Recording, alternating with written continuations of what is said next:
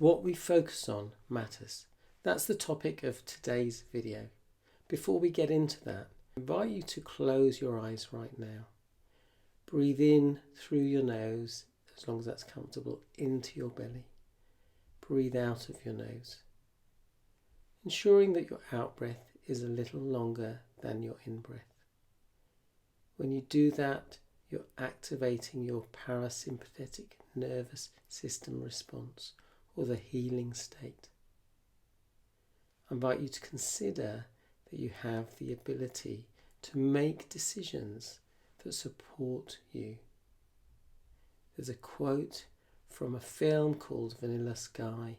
The quote is something along the lines of, each moment is an opportunity to turn things around.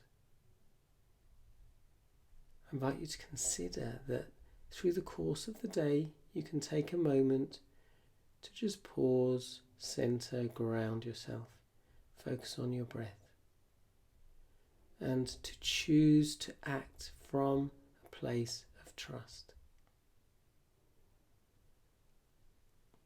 So when you're ready, you can open your eyes, or you can carry on listening to this video with your eyes closed and open them when you're ready. So my name's Simon Pimenta. I had fibromyalgia, CFS for about 8-9 years. I went from not being able to walk for 1 minute to getting back to work, playing sport, enjoying my life. And I make content to help people with CFS, long COVID and related conditions that explore mind-body approaches and practical strategies to help you achieve your goals. So let's talk about this topic, why what you focus on matters. Imagine there are 2 wells in a field. The first well is full of stress hormones, adrenaline, cortisol, and these are great to drink if you are in an emergency situation. They're not so good to be drinking from that well when you are safe. So the second well is full of feel-good hormones, dopamine, oxytocin, serotonin, and endorphins. These help your body heal, they help your body work properly, and your immune system to function, they help you achieve deep, refreshing sleep, and they have other benefits. Now consider, if someone keeps drinking from the adrenaline well, then it gets easier to do that.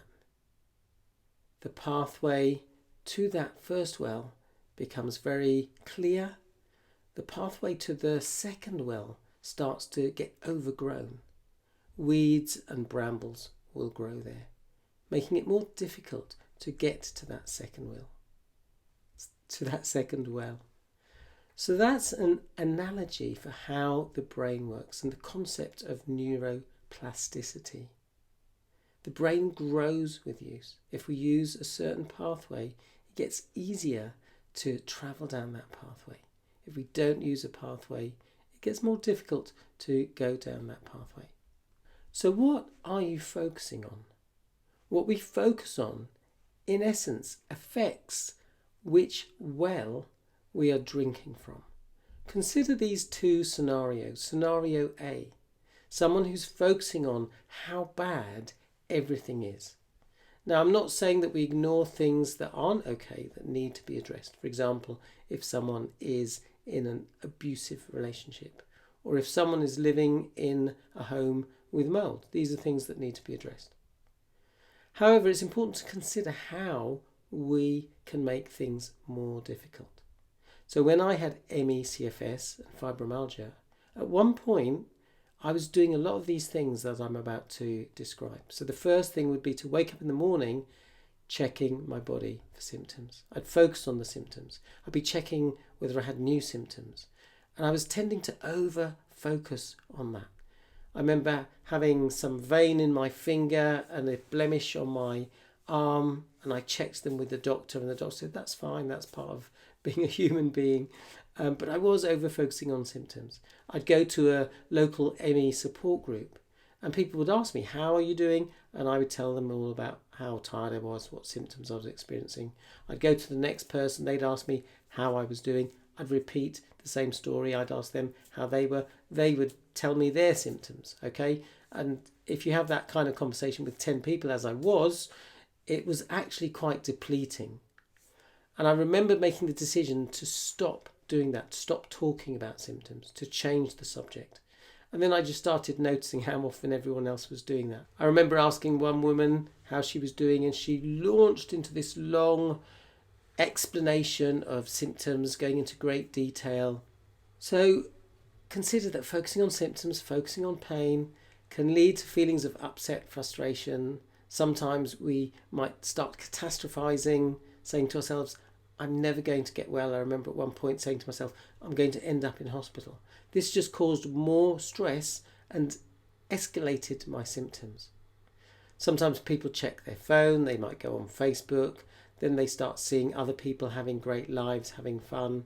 Some people do share their life in a way that's life affirming. Other people, it seems like they're just wanting to let you know how great their life is.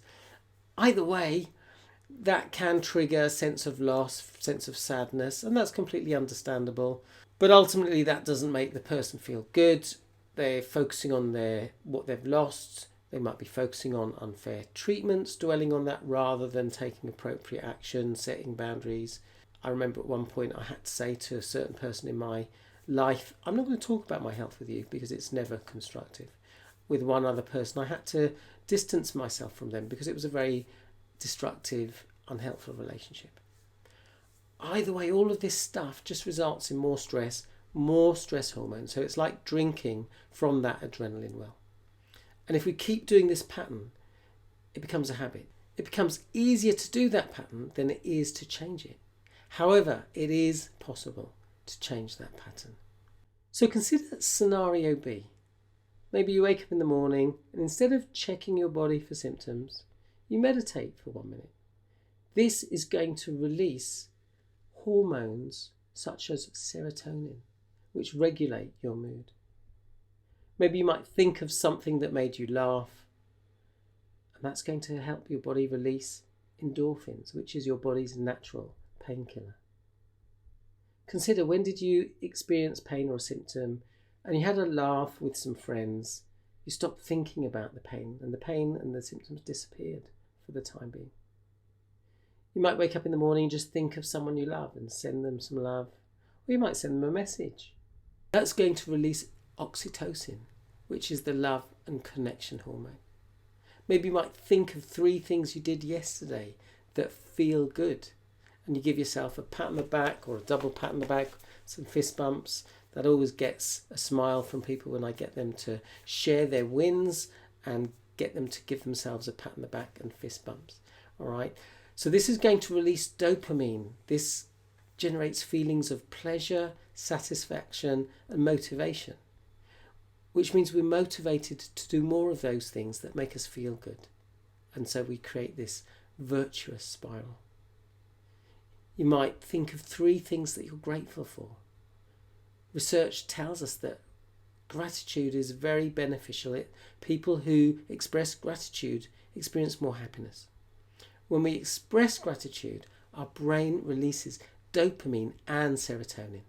So 2 hormones that make us feel lighter and happier inside.